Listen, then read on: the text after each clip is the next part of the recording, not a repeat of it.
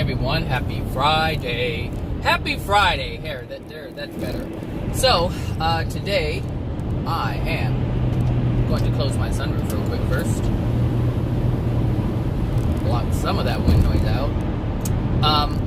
Okay, so yesterday I said I was going to talk about, look at the popo.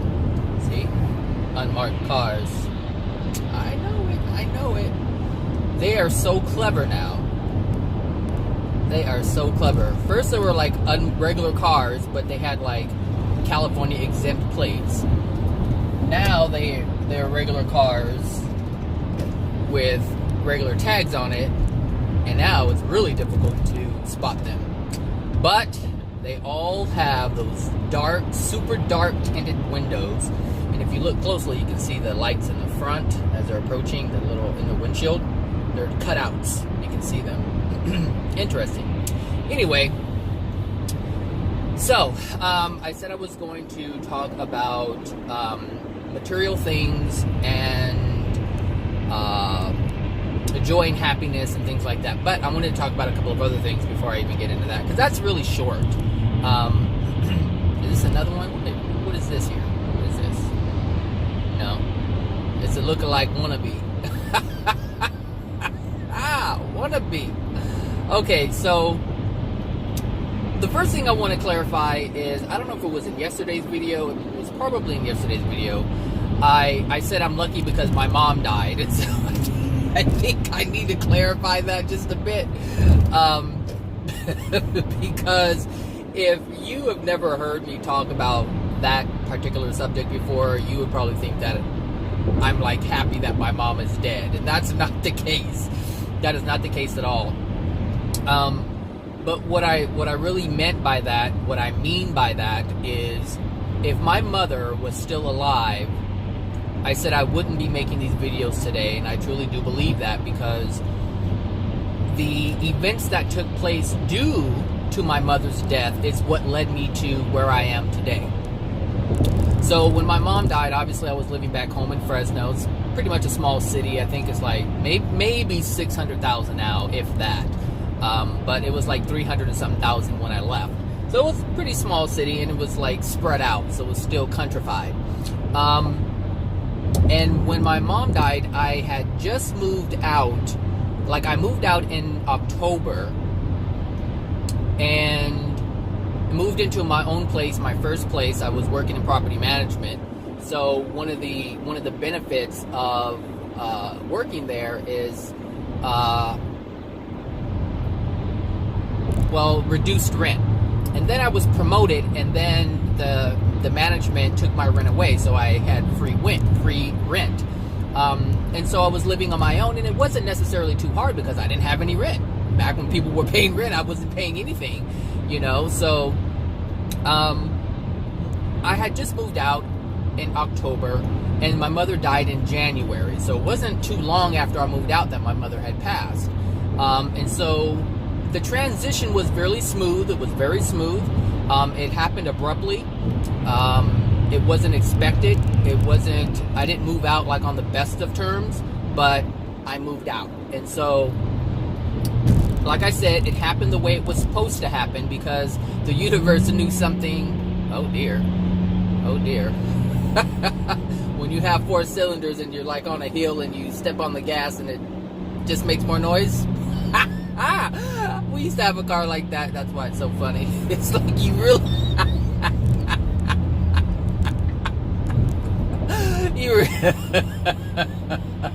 My sister had a Toyota Corolla when we were little. We were on the Grapevine, and she stepped on the gas, and it said, but it didn't go any faster. She had to do that just to maintain speed. That was so funny. Anyway, that brought back memories. We laughed for I don't know how long, because it was the funniest thing. Anyway, so I had, I moved out, whatever, and like I said, the transition was smooth. Like, the universe knew that something was going to happen to my mother, and the situation that was present at the time is that my mother had a fiance, and we were all living together, And so if my mother would have died when we were all living in the same place, then I would have felt like now this guy has to take care of us, because my mother was taking care of us the entire time. Like, my mother was a single mother for a long time. So being that I had moved out and I was living on my own for a few months, I became comfortable with it. And so when she died, I understood this is what she prepared me for. Because my mother used, and actually this came up yesterday with a coworker, my mother used to say, you know, get in here, learn how to cook, learn how to sew, learn how to tune up the car, learn how to do this. Like, even though we don't have carburetors anymore, I know how to take them apart and clean them and do all that stuff. So I'm pretty, you know, versed in terms of being able to take care of myself or take care of things and fix things. And it was all because of my mother. My mother was the one who instilled this in me. And so when she died, I knew, and I said to myself, this is what you prepared me for. So the things happened the way they happened. And so, but if my mother was still alive, I wouldn't have had this sense of independence. I still would have had her to depend on, to fall on. But when she died, I had no one. I had no one. I already lived with my sister growing up, and I didn't feel I could ask her, and I think she was going through a divorce at the time too. So I couldn't go to her and let her know my sister didn't know what was happening. Like, nobody knew anything because I didn't tell anybody anything. This was my journey, and I had to go it alone. And that's how I ended up in Los Angeles. And everything, you know, my life is where it is now. But if my mother had not passed away, when she did, I would still most likely be in Fresno, because I would have still had the same fear of being away from my mother, and I wouldn't have moved forward. So being that I didn't have her to depend on or lean on, I had to do everything myself. I had to become that independent individual, the adult that we all should be, the person that we should be, is what I became. But I couldn't have really grown. I couldn't have grown and expressed and demonstrated my independence and express my desires and manifest my desires, because I would have been under the umbrella of my mother. And so once that umbrella was gone, I had to create my own. And so that's why I say, I'm one of the lucky ones because of when my mother passed. My mother passed when I was 19. Some people have their mothers up until their 40s, 50s, and sometimes 60s, and could be 70s, depending on, when they had their child and how long their parents lived. But what tends to happen is children are always under the thumb of their parents. Like, even if they want to do something, and the parents chime in terms of how they feel about it. Someone cannot do what they truly want to do because their parents are not approving of it. And this disallows a child to express themselves freely. They express themselves only if their parents approve, or they do what their parents believe they should do. Because there's this understanding of parents know best, and that's not always the case. And actually, that is just a lot of times not the case.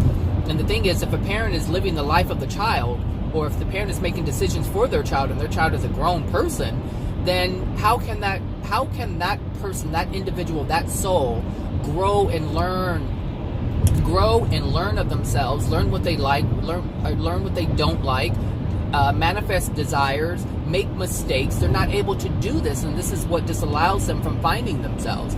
And that's why I say I am one of the lucky ones, because I didn't grow up under the thumb of my parents. My father was completely absent. I met him, in 2015, and was with him for a week, and the man couldn't even talk. That's how degraded his soul was. So, but I met him, so he was absent for the majority of my life. And that's why I say I am one of the lucky ones, because I didn't grow up with that kind of rulership. I was actually free to make the decisions. I was actually free to make choices, whether they were constructive or destructive. So, again, I stand by what I say. Like, I am one of the lucky ones, and I understand that my mom isn't dead. Like, she's out there moseying around and doing whatever she's doing in the spirit world. And she's out there doing stuff in the spirit world, and that is actually comforting to know that she's still alive, to know that all of us will still be alive. So no matter how old you are, you're still going to continue. You're still going to continue. Like, I am still going to continue. The people who I interact with today, I can interact with them when I pass into the spirit world, because we're all going to get there at some point. Everyone who ever walked the earth is there in the spirit world somewhere. They're in some location in the dimensional spaces where, I don't know, you can find them. If you're in a higher place, you can find them. If they're in a lower place, if you're in a lower place, you can reach out to them. They'll come and see you. You know, they'll feel the little tug on their spirit body, and they'll say, hey, you know, you're calling me. What's going on? Who are you? Oh, I remember you. Yeah, you were that person and this guy and that gal, or blah, blah, whatever. You know, it's like, oh, I remember you. Yeah, we went to school together. How do you remember me? Why do you remember me? You know, and you can, you know, read what's in their, what they're thinking, what they're feeling. You know, it's all kinds of things. But anyway, I just wanted to explain that, because I know when I said it, it was so quick, and if you've never heard that story before, then it sounded kind of weird. Like, why is he excited his mom died? You know, I will say this: things could have gone differently, because everything in our path is a potential. It's a possibility.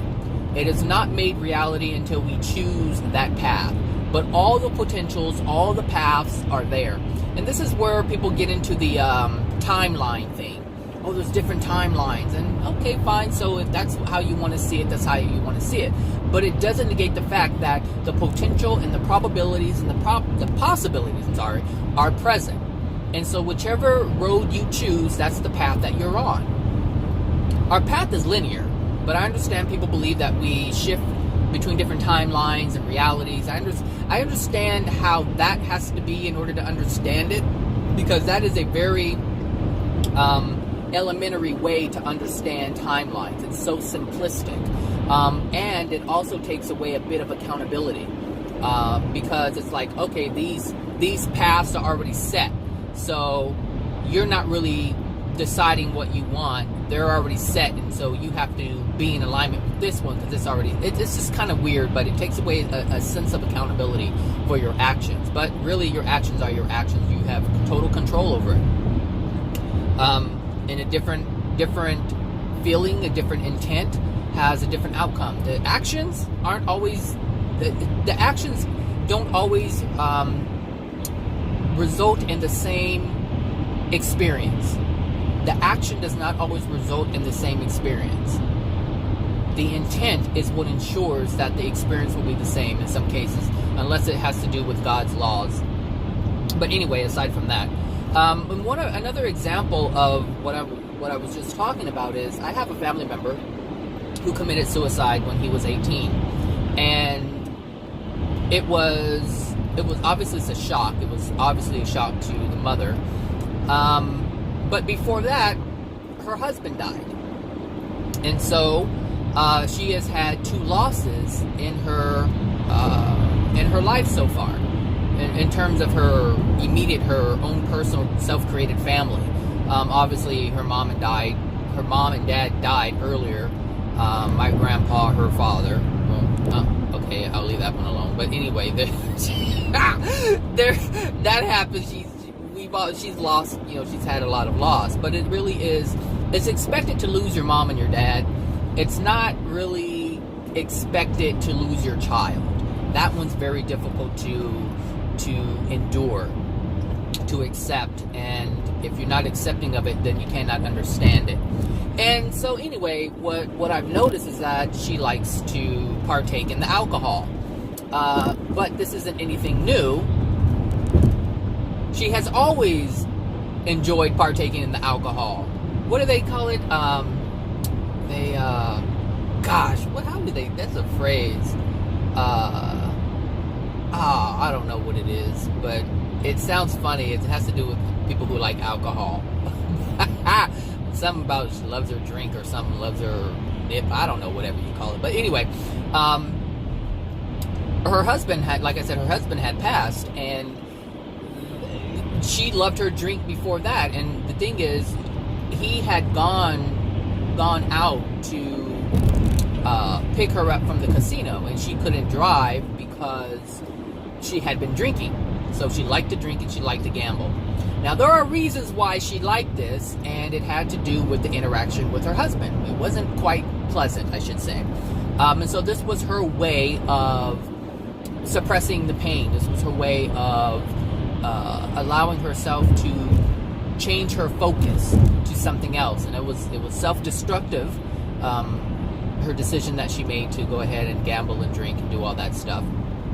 But this is what was happening. And so he had gone to pick her up from the casino, and mind you, they lived in a rural area, like one of those small little towns, like maybe 500 people, maybe. And it's so spread out, like they lived out in the country, like where grape fields and orchards and peach orchards, and they just lived way out there, right? So it was, late, it was dark, and he was extremely tired, but because she was drinking, she couldn't drive, but he was tired, which is basically the same thing. And so they got to the corner of their house, or the end of the block, from the main road that connected to the road that their house was on, and he fell asleep right at that moment, and he hit a tree, and he died.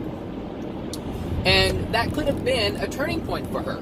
That could have been a moment where she sobered up and she used that opportunity, that loss. That's what I'm focusing on. She could have used that loss to open her eyes to see something, and she didn't do it. And because of that, her son committed suicide, because the son was obviously going through some things that was very overwhelming and a huge burden. And so he took his life because he couldn't handle whatever it is that he couldn't handle. And so she lost her son. And the thing is, he had lost a father, so obviously he was dealing with that grief. And because she wasn't willing to deal with that grief, and she wasn't willing to see what her family, her children were going through, she couldn't be there for her son. And so therefore, he had to attempt to deal with this alone, and he dealt with it the only way he knew how, the only way he felt he could deal with it, which is not dealing with it at all. And so he did the only thing that he felt would take away the pain, which was to take his own life. But what he didn't understand is that we don't die. We do not die. And so here he is in the spirit world. So my point is, when we have loss, we have an opportunity to use that opportunity to see things that we didn't see before. And so when my mom died, I used that opportunity to not live in grief, but to use that opportunity to better myself, to change who I am, because I am not the same person I was when I was 19, obviously. I'm not even the same person that I was 2 years ago or even a year ago. Even last year in December, I'm a different person today. And that's just, 6 months, maybe less than 6 months, because there's some realizations that I have now. And there's some things that I've learned about myself. Excuse me. And so my point is, when we have a loss, it's an opportunity. Everything is an opportunity. When we lose a job, we have an opportunity. If we're fired, we have an opportunity. If we're laid off, we have an opportunity. Everything is every experience is an opportunity. Every experience. Every experience. The fact that you even work at a place, or you would work at a place where you got laid off, that was for you. Because there's a lesson in that. What does that mean? What does that mean to be thrown out, to be discarded? To feel like no one cares, to experience that fear. Because that's what it brings up, is fear. How am I going to make it? How am I going to make it? How am I going to pay this? How am I going to pay that? It's a fear of how I'm going to make it. And so that experience is part of your experience, because that feeling, that fear is part of your soul. And anything unloving which is fear. Fear is unloving. Anything like that will needs to come up and needs to come out, like phlegm, just like phlegm in the lungs. It needs to come up and come out. Come up and come out. It has to. You gotta get rid of that stuff. You gotta get rid of it. And the universe is doing it.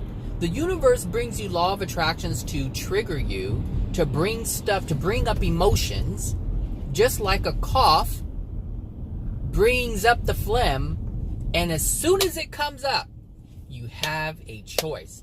You know, releasing emotions, emotional injuries is really like phlegm and how the body responds to it. Like, we automatically cough. And the reason why we automatically cough is because there's something within our body that's not supposed to be there. And the reason why the law of attraction brings events that naturally trigger us, like we can't control being triggered, we just know that we're triggered. So if the body is triggered because something is in our body and it's being triggered and an action is coming, an action is about to happen, and an action is about to happen. Hold on, let me start that over because I got sidetracked. So, as the universe brings something into an experience to you and you get triggered, that is no different than the body detecting something that's in the body. The body detecting phlegm that's in the body. And the body's natural response is to cough to bring it up. That's what a trigger is. The trigger is the cough. And you can feel it coming up, and you can try to do what sometimes we do, which is suppress the cough. You've done this. I know you've done this. Like, you're in an environment when you don't want to cough because it's, you know, people find it disgusting and spreading germs and all this and that and the other. So you suppress the cough and nothing's coming out. And that's what we do with our emotions. We have an experience, we get triggered, and we don't want to let it out. We're like, oh my God, I feel so sad, I want to cry, but I can't. There's people around, I can't, I do that, I cannot do that. And so the phlegm remains in the body, and the emotional injury remains in the body. But the cough comes out sometimes. Sometimes it's out, and it's right there in our throat, and we have a choice. We have a choice. The choice is to keep it there in our throat for a bit, because some people contemplate. I've done this myself. Like, I'm in a public place, and it's like I'm not anywhere where I can get rid of it, and so you swallow it and you keep it in you, and I just want to throw up right now. And that's the same thing. It's the same thing with emotions. It comes up and you suppress it and say, no, I can't do that right now. I can't do that right now. I'm not in a place where I can do that right now. But it's the same thing, and that's why I said everything in the physical is a representation of the non-physical. Everything in the physical is a representation of our soul and how the universe works and all these different things. And if you can learn this, if you can accept this truth, then you will be well on your way to recovery, because you'll understand that there's opportunities left and right. Opportunities left and right. Every event is an opportunity for change. Every event is an opportunity for well-being. Every time you see someone who is angry, that is an opportunity for you to see yourself. It's an opportunity to see what it looks like.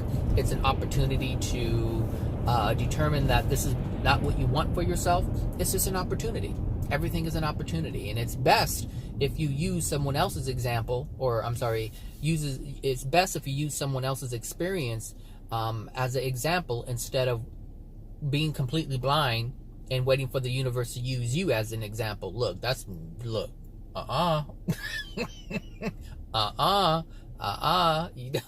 You don't want to be the example.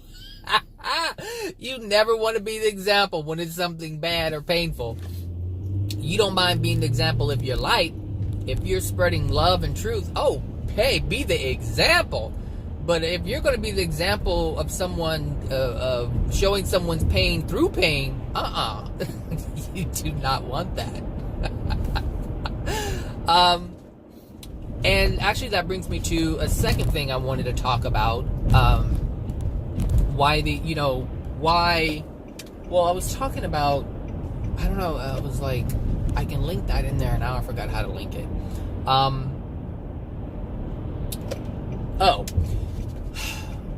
we're able to see things now more clearly because of the time in which we are in the moment, where the universe is right now. In this current moment, in this current time, we are in a certain energy that allows certain things to happen more quickly.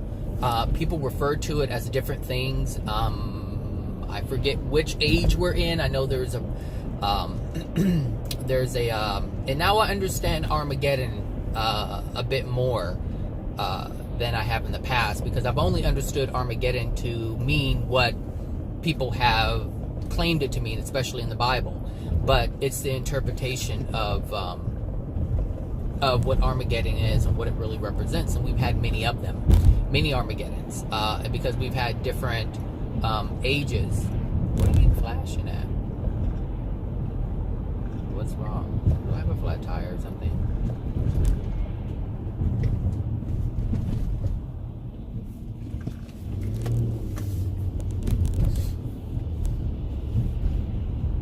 What?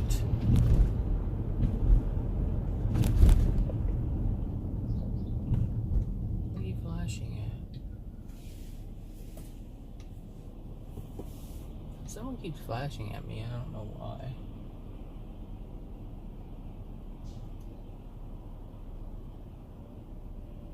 Is there a light out? My brake light's out? I don't know. I have to check. I don't know which. Someone's flashing at me. And I don't know if I don't know what the hell's going on. My car seems to be fine. There aren't any lights on. My tire pressure light isn't on, so I don't know what the hell. Maybe my bumper's dragging. Who knows? I don't know. We'll see when we park the car. I don't see smoke. Oh my God! I had a dream. My car caught on fire. It wasn't fire. It was just smoking. It was smoking. I was like, where's all this smoke coming from? Is this man gonna keep flashing at me? He's not flashing at me anymore. Maybe, I don't know what the hell. Let's see if anybody else flashes at me. How's that? Now I really lost my train of thought. Maybe it was like, get the hell out of my way, you're driving too slow. Maybe. I wasn't looking at my speedometer. Anyway, I was talking about the ages. Oh, the Armageddon. So there's the Iron Age, the Bronze Age, the Silver Age, and the Gold Age. And these are all different times, and during these times there's different experiences. But I know it as us currently being in the nanosecond, and the nanosecond has come and gone many times. And the nanosecond is what I guess I would say the Pleiadians, because that's where I first heard it, and then I heard Greg Braden talk about the ages, and that's when he used the Iron Age, the Bronze Age, the Silver Age, and the Gold Age. But this age that we're in right now is a time where it seems like accelerated time. Even though time is still moving the same, it's different. This is why people are saying we're living in the last days. And this is associated with something else, because everything is moving extremely fast. The amount of time that it takes someone to realize something is like quick. It's like no time at all. It's kind of like time is condensed. So if you look at time being like a marshmallow, and you squeeze the marshmallow, the hole is still the same. Hold on, I gotta see where I'm going. 703. 703. Where's 704? 10 west. I'll take the 10. I'll chance it. But I won't chance it in the back of these people.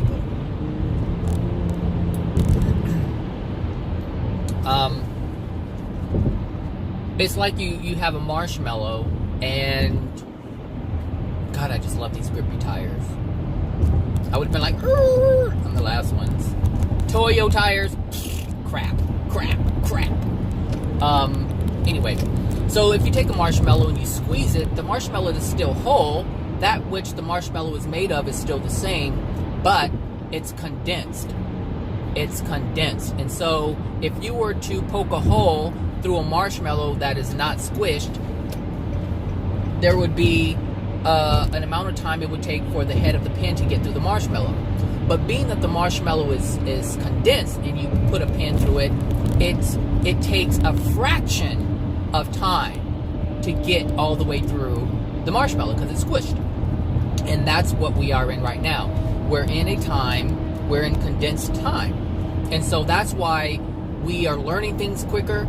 This is why what would take hundreds of years to manifest on this planet, it's taking years. It's taking less than 10 years. This is why technology is moving so quickly versus how long, the hundreds or thousands of years it took people in the past to create things. Things are happening much, much faster.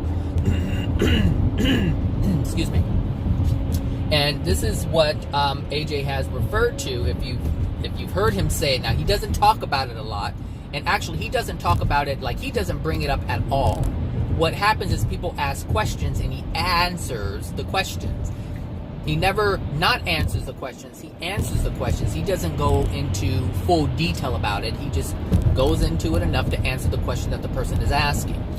But it's never a real topic, because that's a very fearful thing in terms of what's going to happen to our planet. And just me saying that right now, it has some people like, well, what the hell's gonna happen? Like, what's gonna happen? Like, tell me, is something bad gonna happen? Well, nothing bad can happen because bad doesn't exist. Bad does not exist. An unwanted or uncomfortable feeling exists, but that it doesn't have to be bad. It's bad that creates the fear. But if you look at it for what it is, it's just a choice. And the question is, do you want to experience that experience? Again, truth, love, choice. Truth, love, choice. Have the foundation of truth. Understand, like, the things that I'm talking about, I completely understand what would happen, what's going to happen. At some point it's going to happen. Whether I'm here or not, it's going to happen. But this is a time where you can get your shit together. This is a time where you can get your shit together. Meaning you can transform your soul. You're given, this is I guess I can say this is the age of information.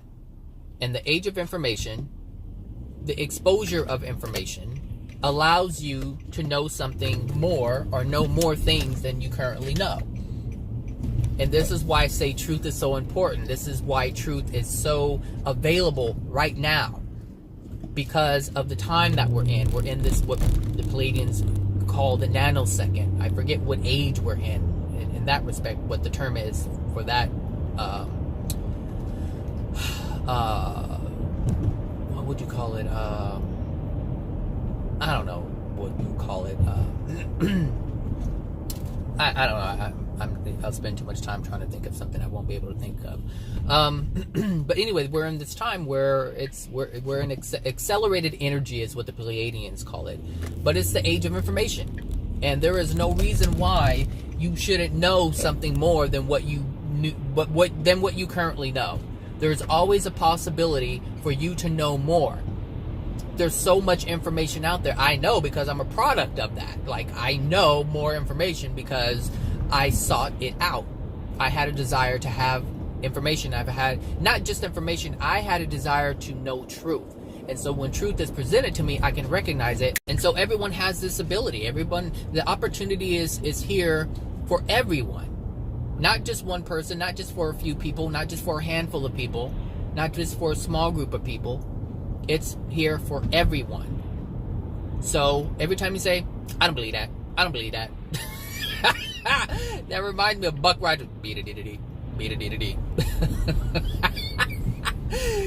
Anyway, we're in this age. And so this is the age of information, the accelerated energy, the nanosecond, whatever age, whatever we're in.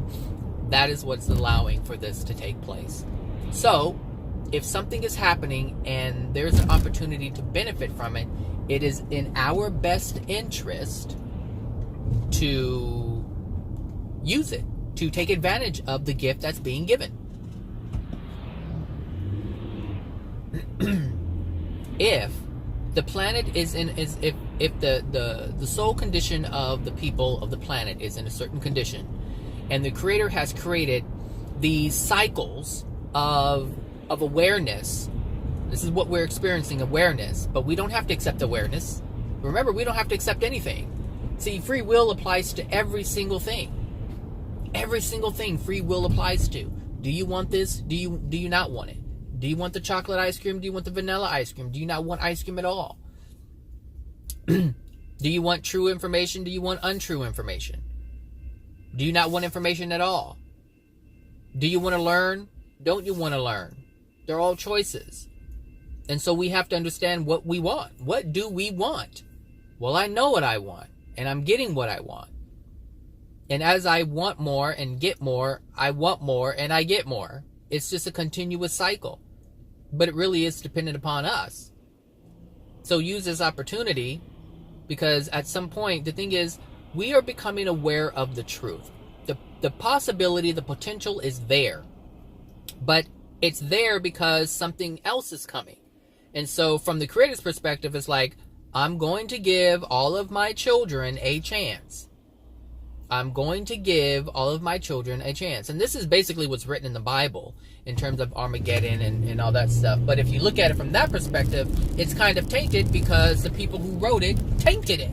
They didn't understand. They understood from their perspective of fear. They understood it from the perspective of control. Because the ones who are in fear are the ones who can be controlled.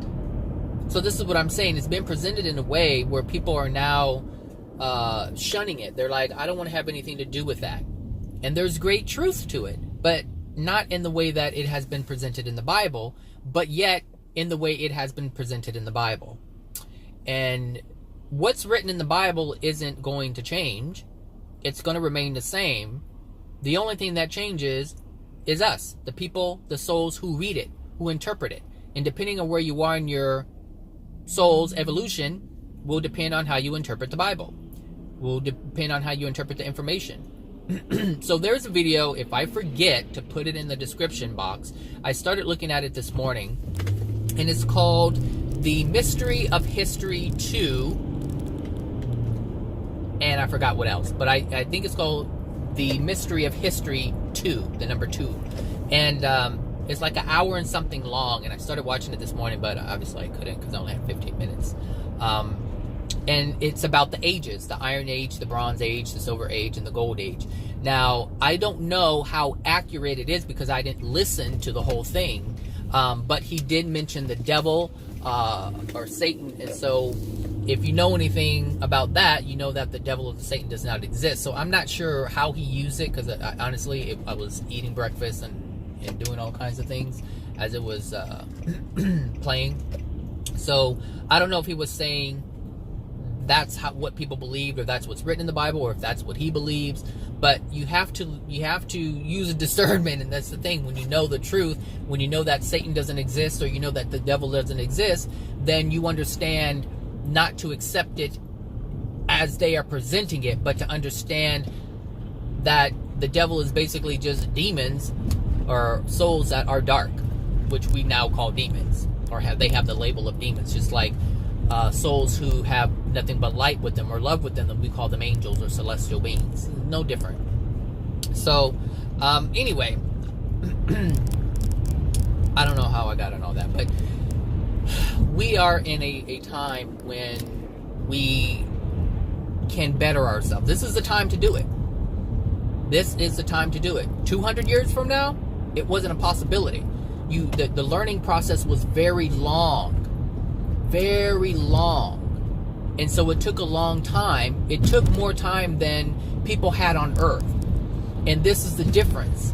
This is the difference. Because of the accelerated time, because time is squished like a marshmallow, you get through it a lot faster. It doesn't take the 200 or 300 years to figure the basics out.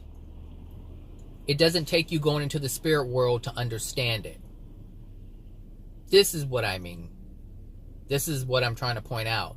So the fact that people are the new age thing is popping right now, and all the truth about universal laws. I mean, just if you think about how people use the universe, people would have never used the universe. That was reserved for cuckoo people, for the woo-woo people, and who had the jackalobes, and the witches and the this, and they were the outcasts. That's what the universe was used, or that's who used the universe. But now people use it. Don't put that into the universe. Don't speak that into the universe. Don't speak that into my reality. We create our own reality. That wasn't even a thing 100 years ago. But it is today. And it's spreading like wildfire. And so the truth is coming out. The interpretation of it, that's something completely different. But that doesn't mean that the truth isn't present. The interpretation of it is one thing.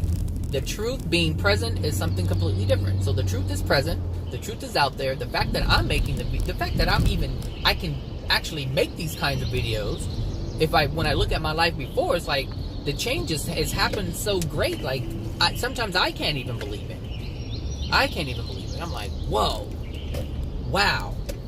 When I look at the transformation, when I look at the change, when I look at what I can see, I mean, I'm telling you, when you look at history, it didn't move that fast. The understanding didn't happen that fast, but the understanding is happening quite quick these days. And it's going to get faster and faster and faster, and then all of a sudden, it's going to end. It's going to end. There will come a time. I'm going to return in a bit. Okay, I'm back. It's all going to come to an end. It's going to come to... Oh, Target, yeah, I knew they were going to...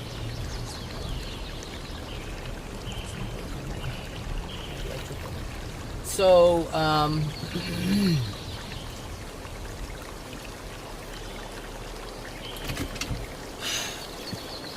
I was saying,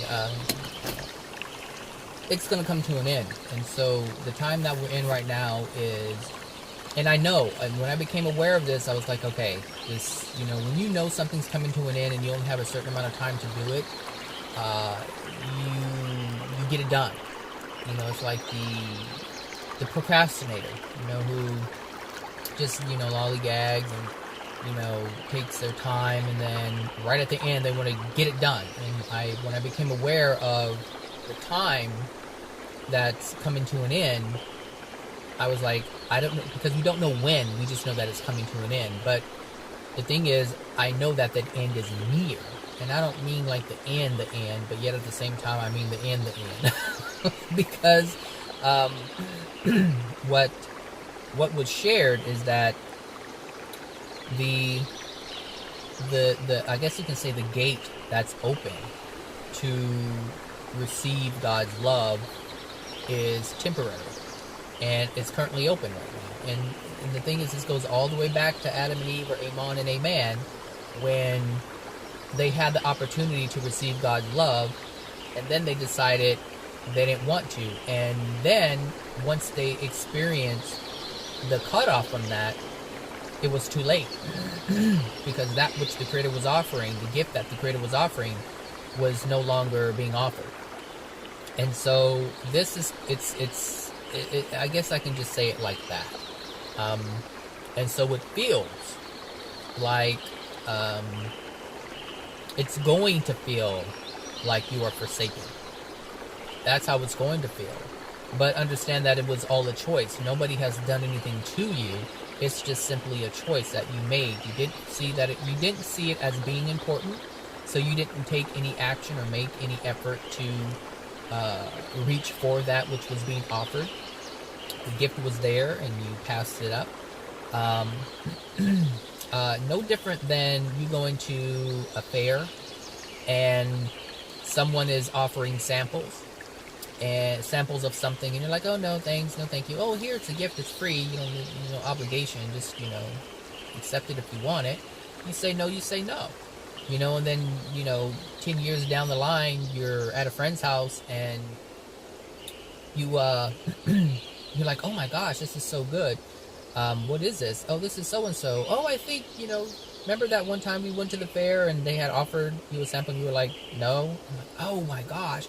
And all this time you could have been enjoying what was being offered to you, but you didn't want it. You didn't want it. And so that's no different than this. And so I understand the gift. I understand the offering of the gift. I understand the gift of the accelerated time. And so being that it's a gift, I'm accepting of the gift. I see the gift and I'm trying to get as much of the gift that I possibly can. It's like, okay, I remember that old show, Supermarket Sweep, I think it was called, where you have 3 people and they have to run through the grocery store with their basket and whatever they put in there they can keep. It's the same thing. Here's your gift. Your soul is a container. Except put all that you can into it while it's still available. And because a lot is available right now. And that's it. You keep what you have. You enjoy what you have. And that's it. The thing is, love doesn't have an expiration date. It's forever. So get as much as you can. Get as much as you can. But the other thing, the main reason why I wanted to make this video, and I didn't even get to it, is the manifestation of things and how we can prevent ourselves from having something if we don't do it correctly. And I'm not saying, I shouldn't even say correctly, it's just however you choose to manifest, but just understand how you manifest. So yesterday I had used the example of T.I. So I guess I'll just say this. Most people want things, most people want cars and houses because they feel it will make them happy. They believe that the having of those things will make them happy. And that can be true or not be true. This is why some people are happy when they have things and some people are not when they have things. It's because of why they're wanting the things. It's why they are desiring to have these things. Hold on, I got to check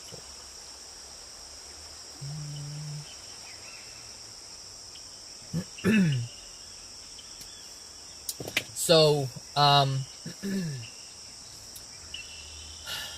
when someone like T.I., I had used him as an example yesterday, someone like T.I. who wants the money, the cars, the gold, the girls, the house, the parties, they think all that is going to make them happy. Once because they were suffering and they didn't have anything, and they see people smiling and they have the cars and they think that that's going to make them happy.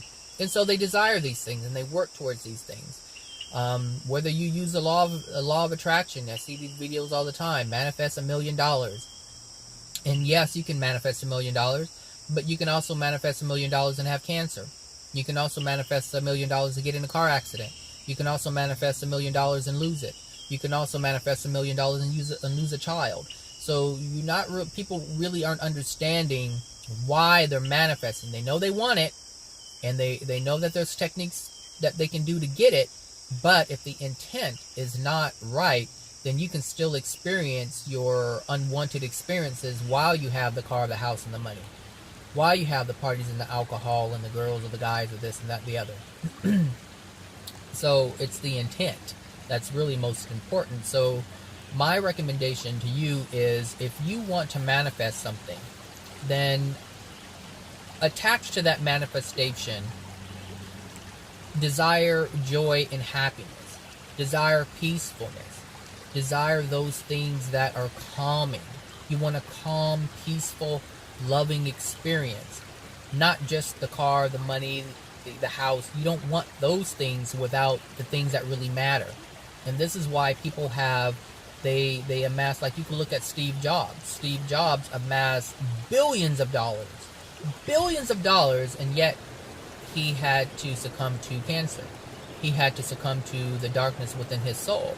And he is actually a prime example of that. He manifested something, but he lived his life in anger. He had a great deal of grief.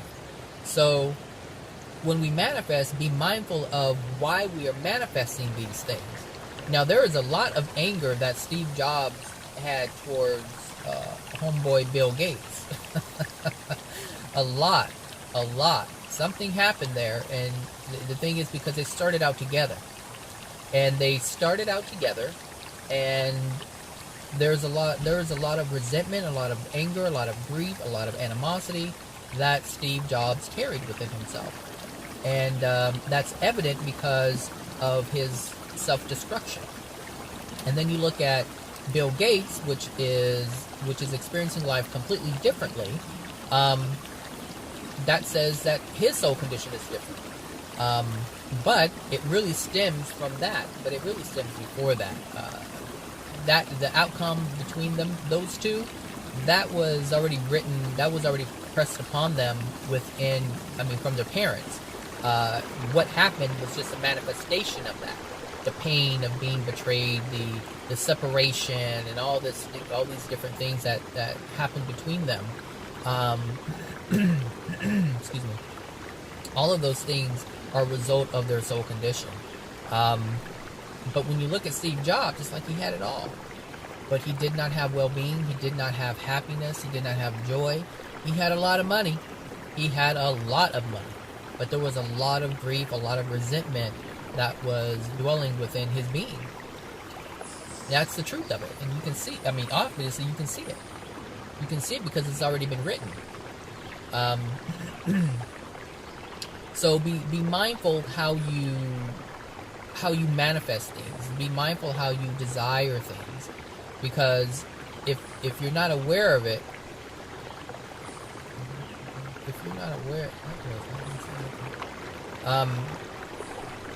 they have people doing electrical upgrades in the buildings.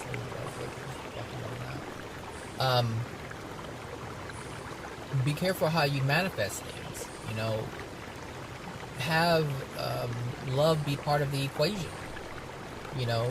Be grateful. Have gratitude.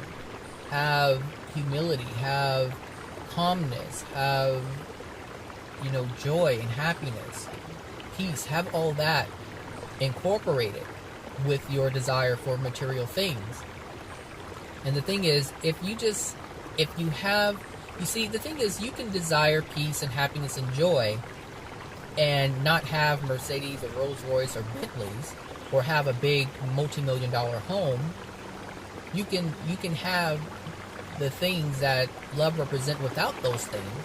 But if those things are a desire, and you want joy and peace and love and happiness and all these different things, those things can be added to you as well. So, and there's a lot of Christians out there who believe that you have to be loving. In order to be loving, you can't have things, because things are materialistic. Jehovah's Witnesses are really big on this, materialism. And the thing is, if you belong to a group like that who says materialism is something that you shouldn't seek, and you truly desire these things, then you're doing yourself a disservice. You're doing yourself a disservice because you truly want those things. And if you truly want something and you can't have it, how can you possibly be in a space of wanting joy and peace and happiness when you're so frustrated that you can't have what you want?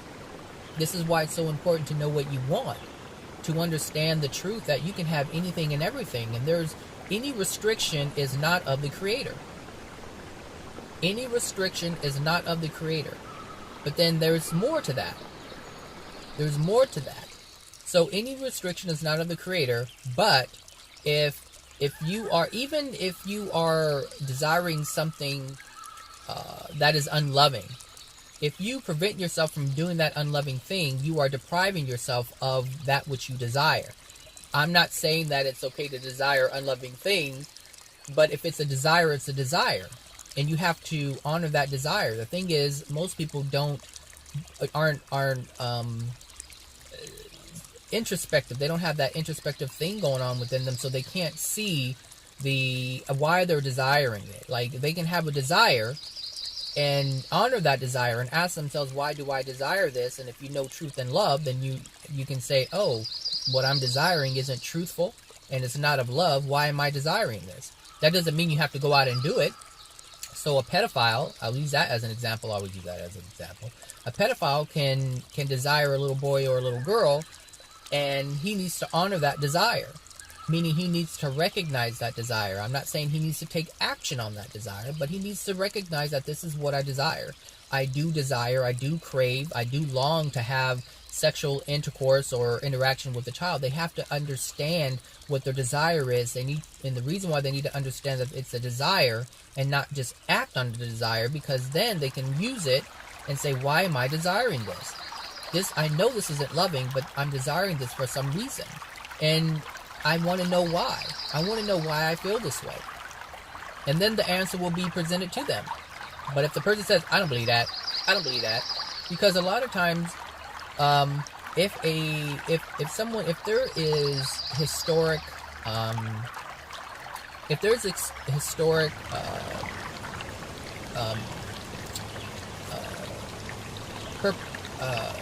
Jesus Christ. Let me get some coffee. This is a long video. In a weird way, I'll put 3 different things in it. If a pedophile is desiring, if there's a historic, I should just say this.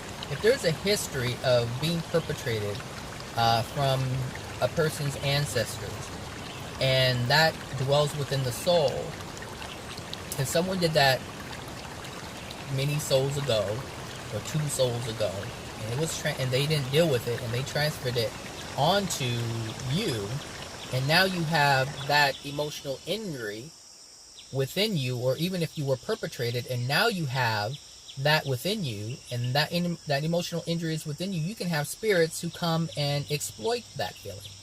And this is why I'm saying they need to honor how they feel. Don't act on it. If you hate someone's guts, then hate someone's guts, but don't take action from the feelings that you're having if they are unloving. Just honor yourself by recognizing that you have them. And if you're choosing to live in love, then ask for assistance. Say, I want to understand why this is happening, because really a huge reason, or a big reason as to why something like that is happening, is because there is a spirit who is exploiting that injury within you. And being that you have that injury, you can be controlled. And this is one of the reasons why serial killers do what they do, pedophiles do what they do.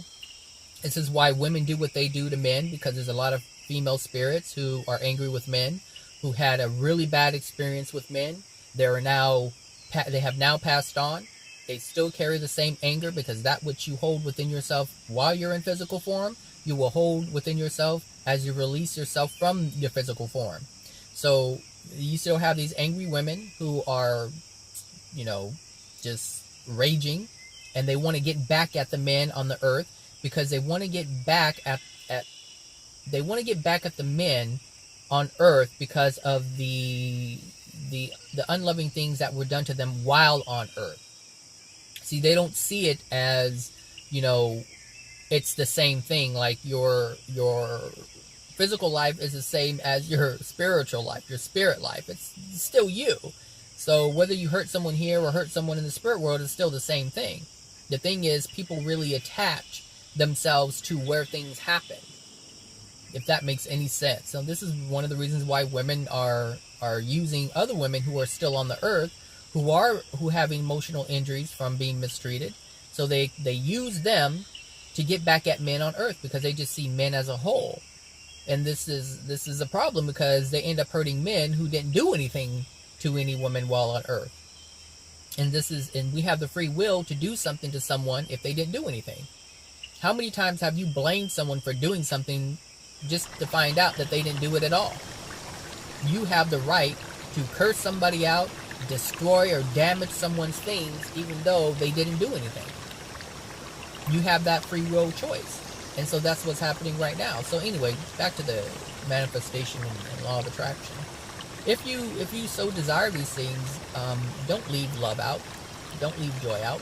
But I understand why someone could leave those things out, because if they're